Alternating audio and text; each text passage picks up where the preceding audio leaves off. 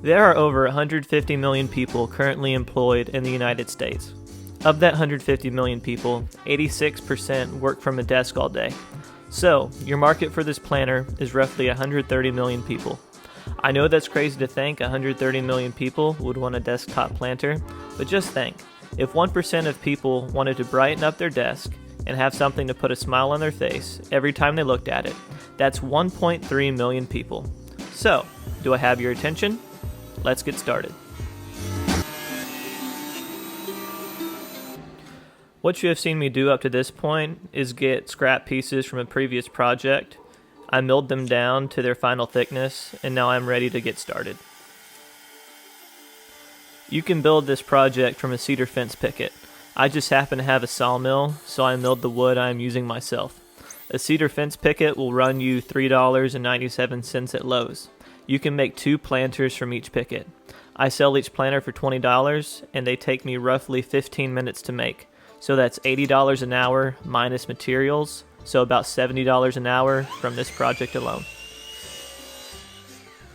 I cut the boards down to 3 inches wide on the table saw, then I cut 3 pieces at 10 inches long for the 2 sides and bottom. I use a clamp as a stop block to make sure each piece is a consistent length.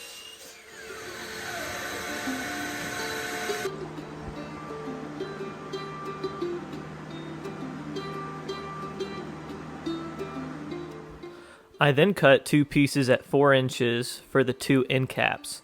I cut mine at 4 inches because the bottom piece is 3 inches wide and the 2 sides are half an inch thick, so you add these 3 things and you get 4 inches.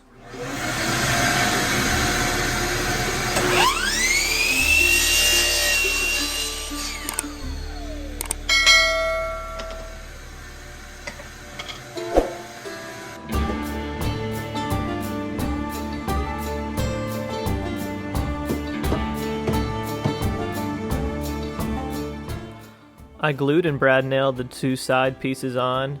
Make sure your nailer is parallel to your work when you pull the trigger. If it isn't, you run the risk of a blowout with your brad nail, which you will see me do in a second.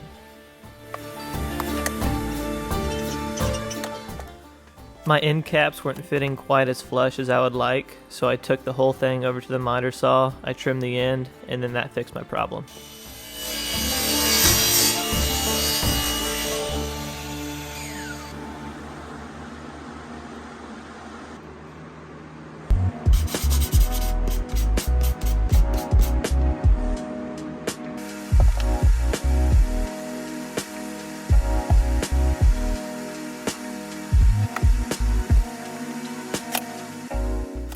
Now I glue and brad nail the end caps.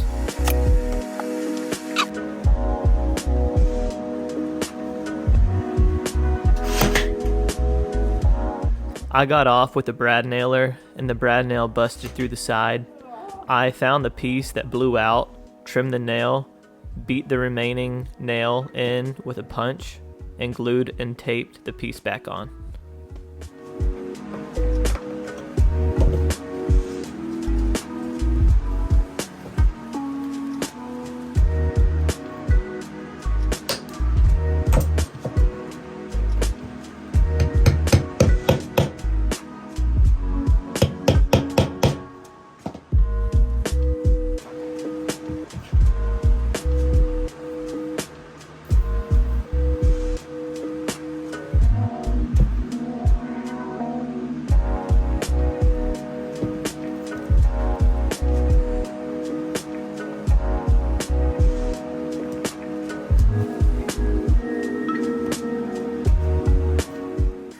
I then sanded the edges of the planter with a belt sander to break up the edges. You can do this with a router, but I like how the sander gives it a more organic look.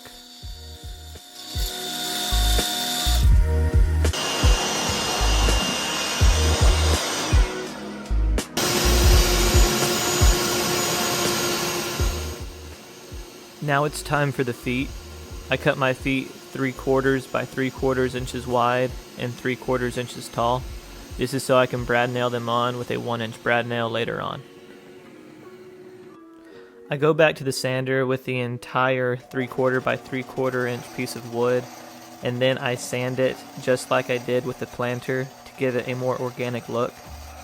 Then I take it back over to the table saw and cut my 3/4 inch piece for each foot of the planter.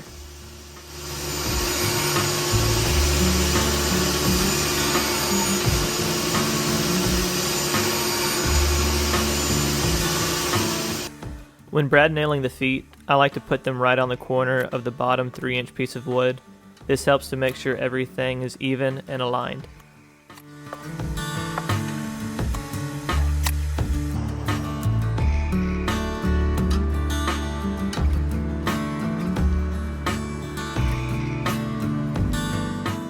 Now it's time for the string.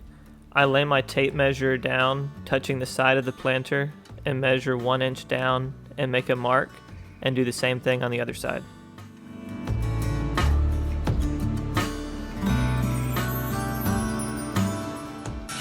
I use a drill bit to make a hole to allow the jute core to pass through. Pro tip, use a nail to help the string through the hole. I cut my string 12 inches long and then tie the 2 ends once they are passed through the holes.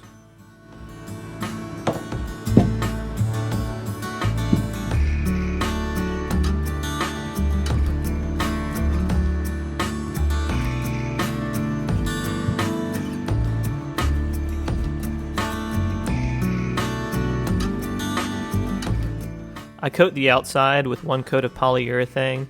I don't do the inside just because I'm not sure if it would mess with the plants at all, but after you coat it with 1 coat of polyurethane, the project is complete.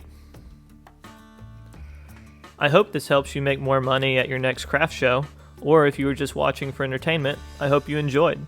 Please consider liking and subscribing, and I'll see you in the next one.